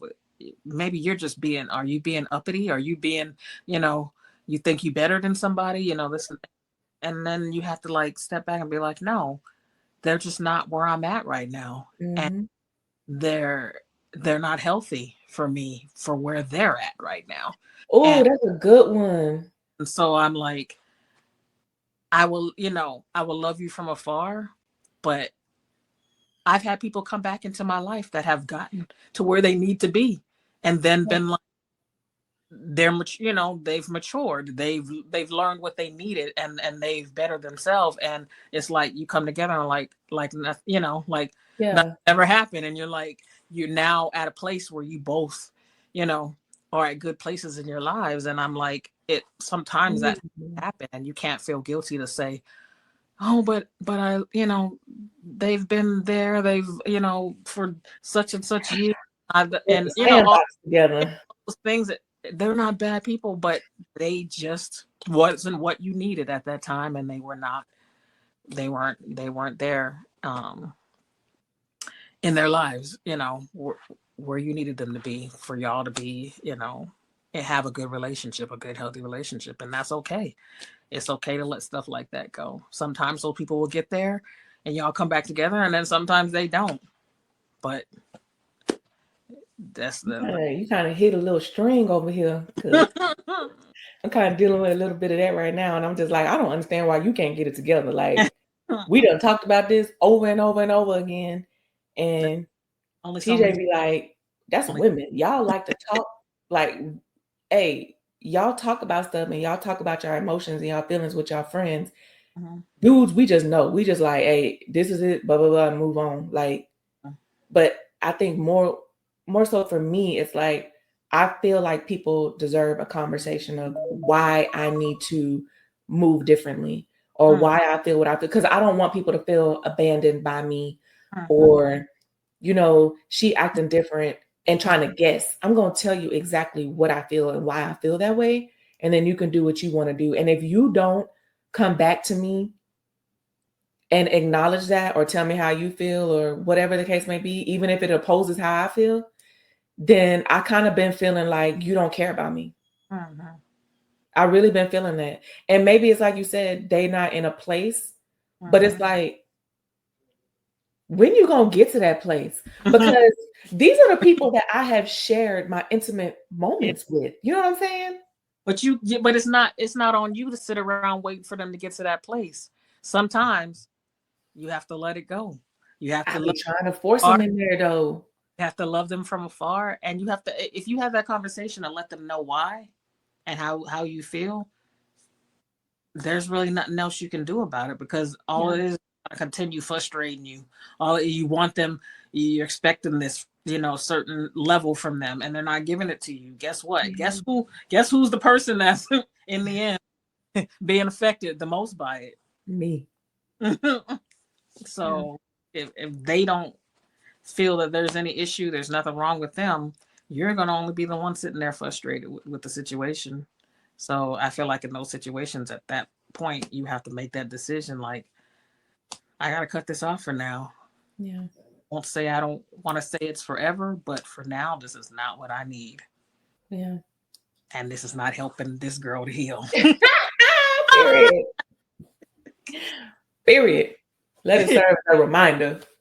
Yeah. Because it's not easy. It's really not easy. And it does feel selfish at times, but oh well. Oh well. Because if I'm not good, ain't nobody gonna be good. Right? So You cannot help no one else if you haven't helped yourself first. So yeah. after, my husband constantly tells me, as Yeah. I help him along, he's like, you ain't no good to me. If you over here, ain't taking care of yourself, broke down, Right. whatever else, so you make sure you taking care of you first. So I could talk to him all day. He is so funny. We just be chopping it. it's great. But it is true. It's true. So Okay, girl. So we got together and talked about trauma and how you heal from it is you recognize it. You face yourself and you take self accountability and you become aware of it, understand what trauma is and what it means and the impact it can have on your lives and people around you. Get help, go to therapy, talk to somebody, do a journal, do voice notes, listen to the things that you're going through. um, Whatever you got to do that is healthy to yeah. get through it and face it, do that. But I think the most healthiest way is to acknowledge it and seek therapists. You might have to go to like 4 or 5 sessions, or you might have to go to 20 or 30 sessions, or you Yeah, know overnight. It keep did, your for you to get this place didn't happen overnight. So not at all. to It took a heal and couple of fix it, years. not gonna happen overnight. So don't expect no miracles, Yeah, and also be okay with others not being okay with yeah, with what you're doing. Family members, friends, whoever, be okay if they're not okay with what what girl. go through. because in the end, they gonna be still sitting over there with their trauma while you over here living your best life. So I encourage people to, Yeah. sometimes you got to break away from the pack, and sometimes you got to be on your own. But you got to be ready for it, because when I tell you, I said, God, give me this. And if you don't give me this, I'm just going to let it go. And when he gave me what I asked for, I wasn't ready to receive. I'm just going to say that, because I didn't know how to deal with it. I didn't know what it came with. I didn't know what I was going to lose. I didn't know what I was going to experience. And if I had not been on my journey, I probably would have lost it. Y'all would have had to put me in the little cuckoo house for a little bit. I probably would have lost it. Had I had not had the support of my husband and my sister and a couple of my friends, I would have lost it. Yeah. Because it is a lot. Like, we already deal with a lot in this world. And to battle with yourself, or to battle with people that are supposed to love you and be close to you, and be, a protector or provide guidance to you, and to see that they just can't, or don't know how, or failed to do so, even in my grown age, it was hurtful. And even some of the things that I experienced, throughout the military, was hurtful. The things that I caused others was hurtful. And that didn't come to light completely, and I didn't have a complete understanding until I went through therapy. And took it seriously, because I went to therapy a lot. But seriously, like, enough is enough. Yeah, it's time. It's time. But it's time. So that's how you heal from it. I did a lot of reading. I did a lot of reading too, and I read a book called How We Heal, and that was very enlightening for me. That book pissed me off, to be quite honest. And I had to put it down a couple of times and pick it back up, and put it down and pick it back up. And it caused a little problems for me. But it was good problems. When I got to the other side of it, it was good. It was a good problem to have. So yeah, whatever. I mean, yeah, we got to do what we got to do. Yeah. Plenty of stuff out there, and now we can't say we don't have the resources. There's so much out now. It's just really taken seriously, and like doing those things that can, and you can be it can take you to a better place. But you could be an example for those people in your life that may need the same Yeah. that need that help too, and be an example to another Black woman, even to another period, to like, look at her shining, look at her. She's so positive, she's so what is she doing that I need to because my life right now is not where I want it to be. And no one's perfect. No one's going to be in that perfect place, but as you see someone going down that a great path, living their best life, it's like, I want to be like that. I You want had to get it out the mud. You don't even know. You want to be like that, but do you want to experience what they had to experience to get that? Get that right. Yeah. Like this girl Hill, I didn't just say, oh, I'm just gonna start making t-shirts and hoodies and crew necks with Girl Hill on it. Girl, I had to heal. Like, Girl Hill. Like, I was literally telling myself, girl, just heal. I gotta tell Soldier, hey, Soldier, parade rest. That's a parade rest. I'm talking to you. Shut up. It's Girl Hill. That's my parade rest. You know what I'm saying? Sit your butt still and stand here and think about something for a second. And that's you. Yeah. And healing is a lifelong process. And you need to be answering your phone, friend, because call me out. Sometimes people be needing you, you know what I'm saying? And That's gonna have to be a whole nother session. I receive that. And I hear you. I mean, I don't walk around my phone attached to my hip, but I'm like, I'm a big communicator. And sometimes, like, if somebody call me or text me, I might not be able to respond right away, but I at least try to get back to them within that day, and be like, hey, I got your call or your message. And everybody is not that way. I understand. But one thing I know, you never know What someone what might. someone needs. That's why sometimes I'm like, hey, it's an emergency. Can I call you back? Or hey, I'm in a meeting or whatever. Can I call you right back or whatever the case may be if I see it? Because sometimes, people are busy and they ain't gotta respond to you immediately always, and life happens. But yeah, let's I received that. I had to receive that from not on you. and and my best friend, she recognized in a place because I wasn't picking up the phone at, really at all. And I lost you.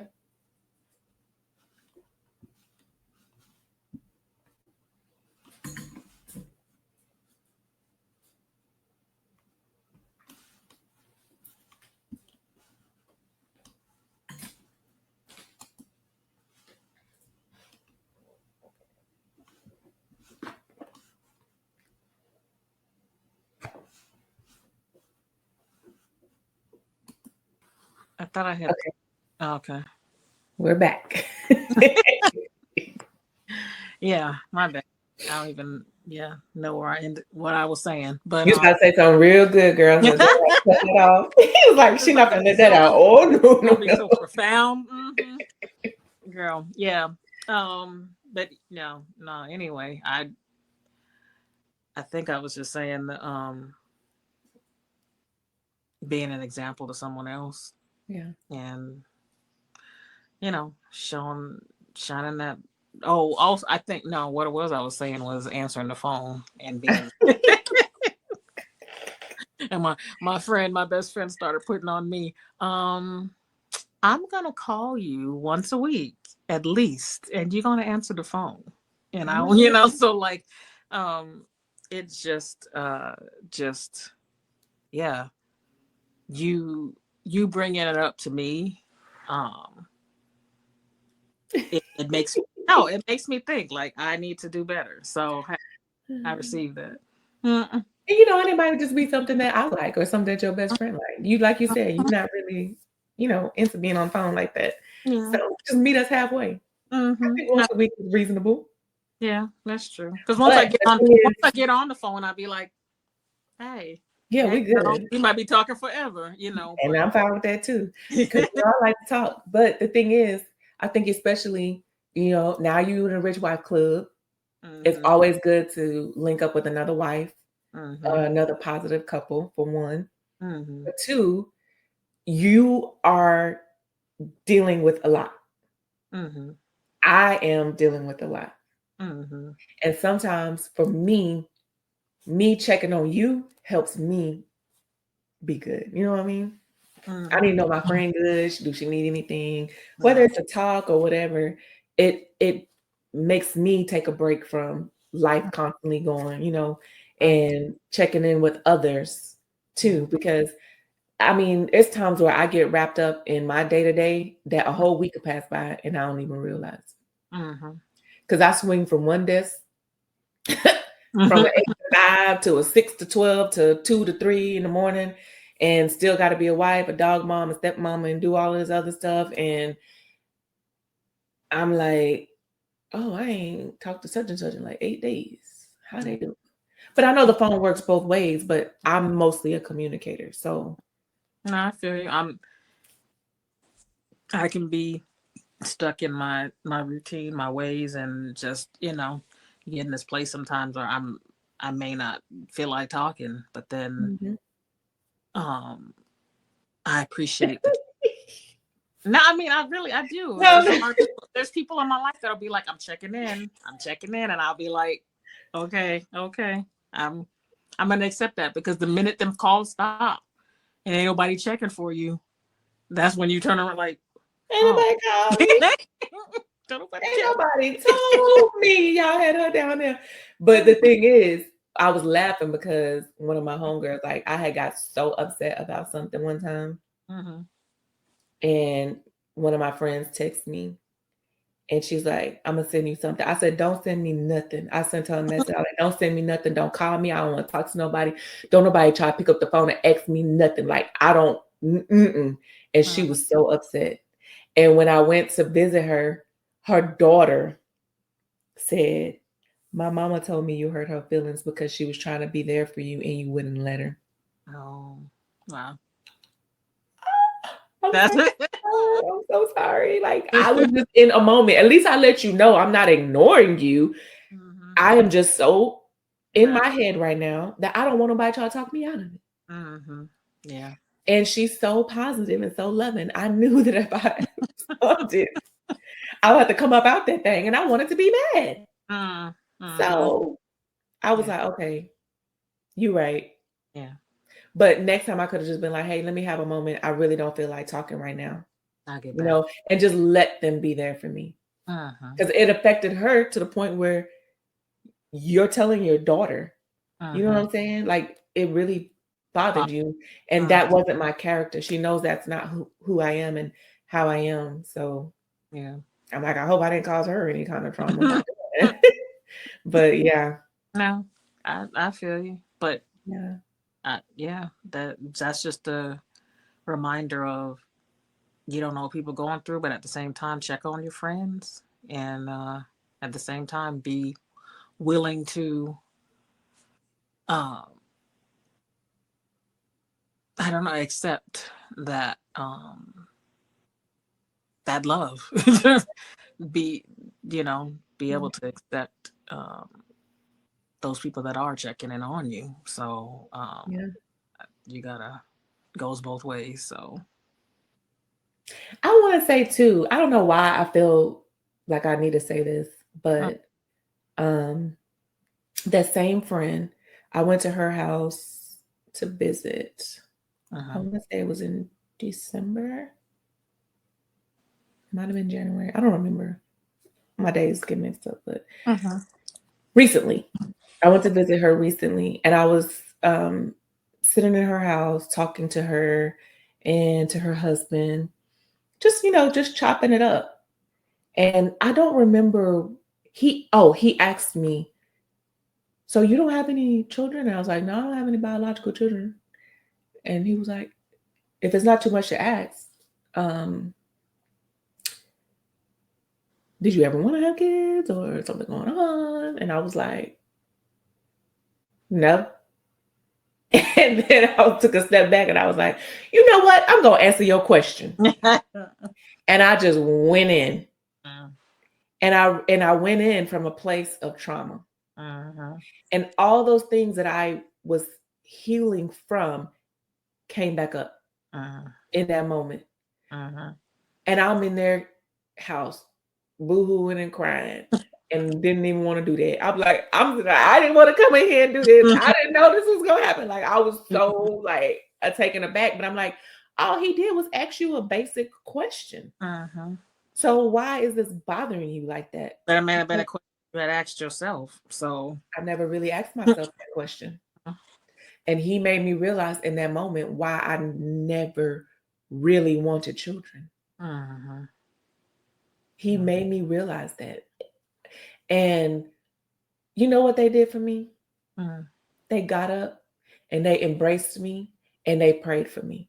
And they Yeah. apologized to me Uh-huh. for what I was talking about on behalf of the person. They apologized to me and said, whatever you need, we are here for you. Uh-huh. That's good people. Girl, I left there with my soul light and refreshed and cleansed. And I'm like, I don't think I've had friends Uh-huh. embrace me Uh-huh. in this way. Uh-huh. I don't recall. Uh-huh. And if y'all out there and y'all have, let me know because I don't recall any of y'all. Uh-huh. The people that know, you know what I'm saying? But that's how you Embrace know me. how you know it, and that's how you know it's a good friendship and that they're good people is I when you just look. when you come out, yeah, when you can go through hell through the whole, whatever conversation you're having, felt like you've been beat down, kicked, come out, your hair looking crazy, sweating, whatever. But in the end, if you come out and you feel like it was productive, um, and you feel they were positive, and Yeah. that you feel refreshed, and it's all about, in the end, if you keep coming out these conversations with people and you just feel like nothing was accomplished, you in a negative place, you Yeah. you know bad place, those probably not the people you should be talking to, Yeah, that's true. because you can go through the wire and talk to somebody about a bunch of crap things that you know I'll talk to my best friends on the phone and be like, we done talked about some deep stuff, come out, but in the end we laughing, and Yeah, the feeling better. conversation, we got it off our chest, we went, we talked about some stuff, but we're not ending it in a negative place, we're not staying in this, Yeah. you know um, deep dark place. There's always that light, and that lets you know the kind of people that you might, Yeah. want to be aligned with. So, Yeah. It felt great. I mean, my sister and my friend Raniqua, they have like we've sat and talked about certain things, and Raniqua was like, "Oh, friend, oh, friend." So cute. uh-huh. I'm so sorry, friend. But just to have somebody embrace me, Uh-huh. and like how my friend, her name is Aisha, how Uh-huh. her and her husband did, I was like, Uh-huh. God must have knew I needed y'all in this moment, because I didn't even know this thing was on me heavy like this. Uh-huh. Um, I Yeah. thought, no, dang on what he asked me about. And I'm like, well, I ain't never had no man ask me that. He's like, and he was in his right to ask me. Like, that's my good friend's husband. He can ask me whatever he wants to ask me. He was well within his rights, but I didn't know I was going to respond that way. And that's why I realized I still have like a little bit of trauma from that. And because like what I went through, it made me not want to have children. It made me afraid to have children, Uh-huh. and have my children end up being, yeah, yeah. See, we done lost you again. And see, it's a reason. Oh, there I don't you know how go. I have my stuff site. Oh, somebody probably calling you. It's But okay. they're getting through the.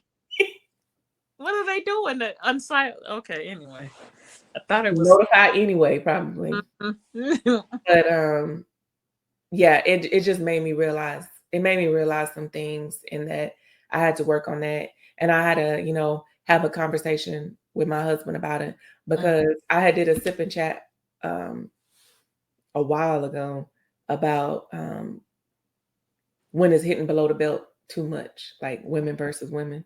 Because a woman had told me, well, you would never understand what it is to be a mama because you ain't got no kids. Uh-huh. And I was like, yeah, be. Uh-huh. Yeah. So every time you see a woman that don't have children, don't mean she don't Understand. have kids because she don't want kids. Maybe she can't have kids. Maybe she don't want them.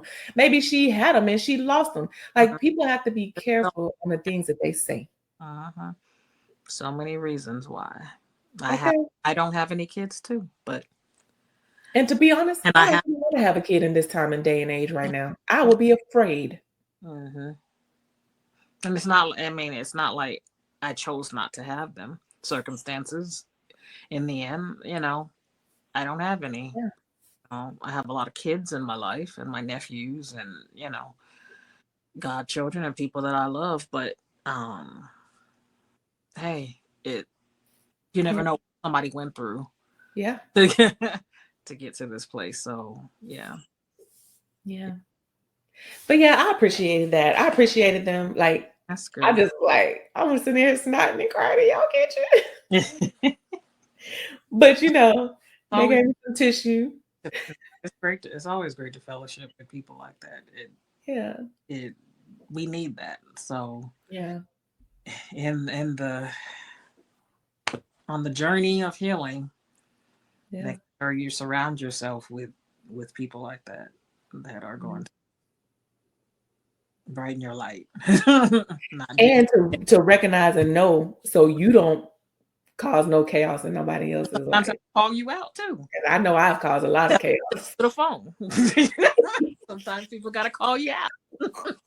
It's I all have right. caused some It's all chaos, right. I'm not. okay? I've caused some chaos, and for people that had to spend some coins, uh-uh. play with it. But now I'm like, I'm too old. I will sue you your mama, your daddy, your estate. I will sue the brakes off of you. Mm-mm. Like, mm-mm. Let me stop. I'm just rambling now. Uh, well, girl, All right. you ready for the Super Bowl?